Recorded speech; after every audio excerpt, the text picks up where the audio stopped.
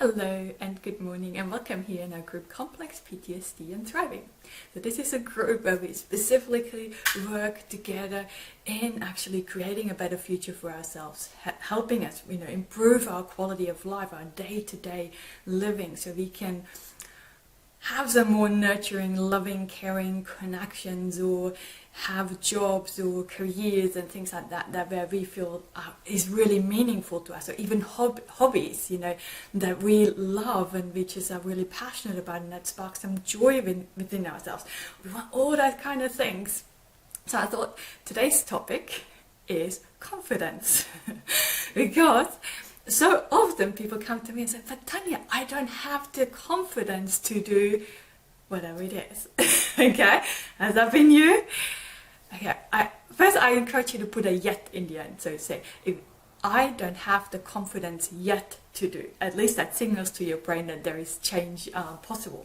But I would love to share sort of 3 insights or 3 ways in how I deal with that for myself in a way to help you boost your confidence so you can get ahead too. So, as always, if you're here live, please share your comments, your insights as well. I always love reading and hearing from you as well. So we're growing together, we can learn from each other. So the first one comes from psychology, typical, the competence-confidence loop. Have you ever heard of that? So the competence-confidence loop. What that means is that we actually build confidence as our competence goes up. So if you get better at a skill, let's say you're learning how to ride your bike, when you first did that, it was wobbly, it felt awkward, there was no confidence there, but we kept at it, we kept practicing and we got better. And now, most likely, you feel confident. It's second nature. You don't even really think about it anymore. You just hop on that bike and paddle away. It is because you had that willingness to go out and try something new. Even in the absence of confidence. The confidence comes after, okay? So we need to find that within ourselves, okay, this is really meaningful for me. I really want to be able to do that. And we need that kind of there as a motivator for ourselves as well. So we can actually make that step and try something new before the confidence is there, knowing that confidence will arrive eventually. It's a little bit like if you're hopping in a car and you turn the heater on. You're like, I know, I live in subtropical Queensland. I'm probably the only one who turns the heater on here. But I do, I love the heater in the car. But when you turn it on at first, it isn't actually warm. It takes a little while to warm it up. Okay, it's the same with confidence. Probably not the best analogy, but I do just want you to really get that confidence isn't going to be there initially. Okay, it'll come as you get better at a skill. It doesn't matter what level you're at, whether you're an athlete or whether you have a $1 million company, and you're that. It's the skills. Every time there's a new skill to learn, we don't actually feel confident in doing it. So we just have to practice that. And that's the one. So, but if your brain's anything like mine, even knowing that, our brain offers some pretty horrible stories. It offers some pretty out there thoughts for us. Like, I don't know, do you catastrophize outcomes? The situation is like, oh my gosh, you're going to embarrass yourself. You're just going to make a fool out of yourself if you're going to do that. Everything's going to go pear-shaped, and all these kind of thoughts, okay? Our brain has lots to offer there. A whole vast variety of those kind of thoughts. So we really want to thank our brain for that, because what it does, it tries to help us protect ourselves from danger, from future hurt, humiliation, ridicule, and hardship, and those kind of things. It's a protective mechanism.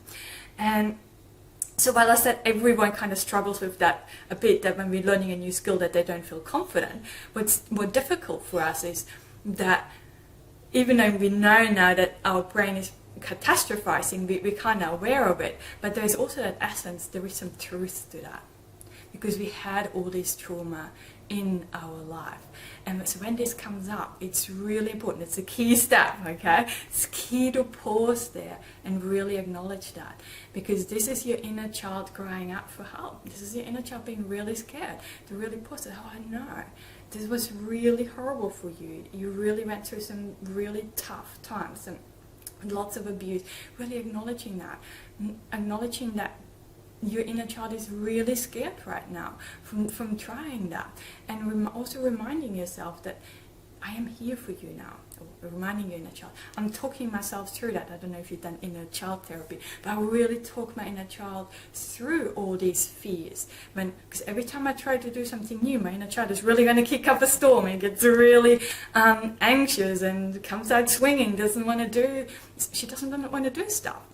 I talk her through that, because when I've got to look at that and ask myself, yes, it was true in the past. This truly happened, those things. Okay, we've been humiliated or whatever's happened there to you. That it was truth. It happened to her, to my younger self. Okay, as children, we're very vulnerable in that regard. So I have to ask myself, acknowledging, yes, it did happen, but how likely is this to happen for me now as an adult, in my adult body? Okay, it's very minimal, because we have very different options available to us, and we can speak up. We have, we have different kind of agency. We have different knowledge about everything as well. Okay, so to really find out ourselves. But talking myself through this is absolutely key.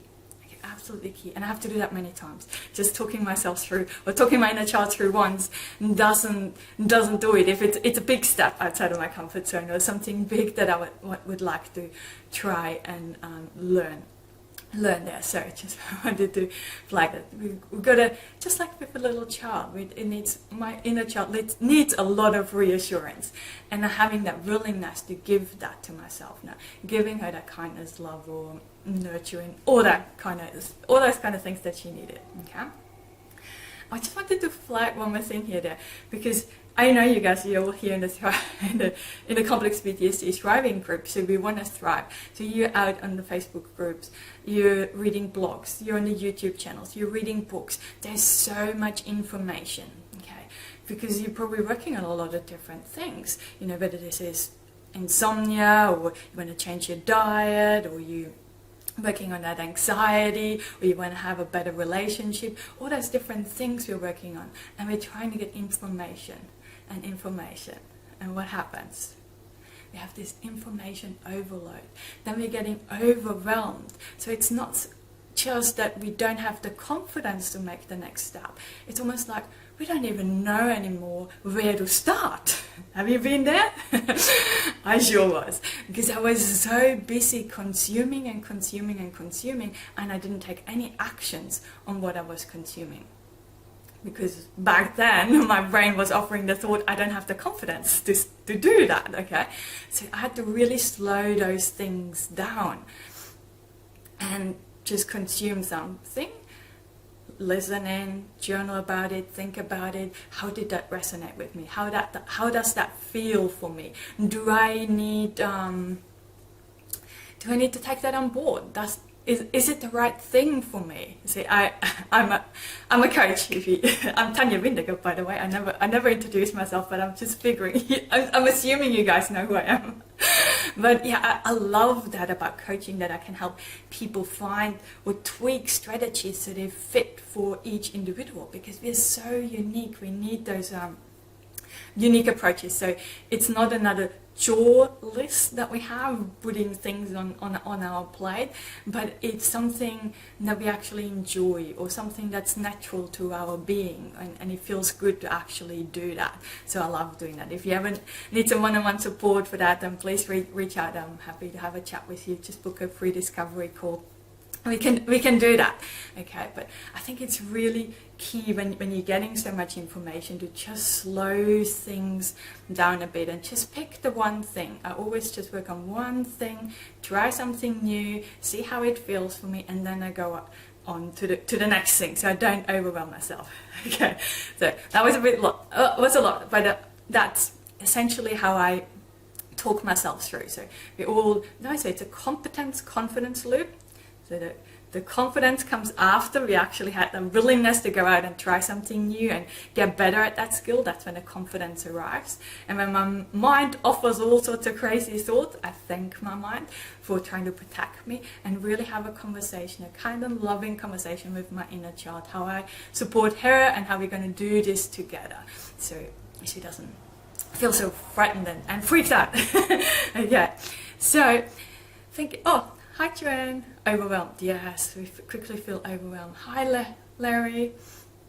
So if you guys have any questions, go ahead, type them in.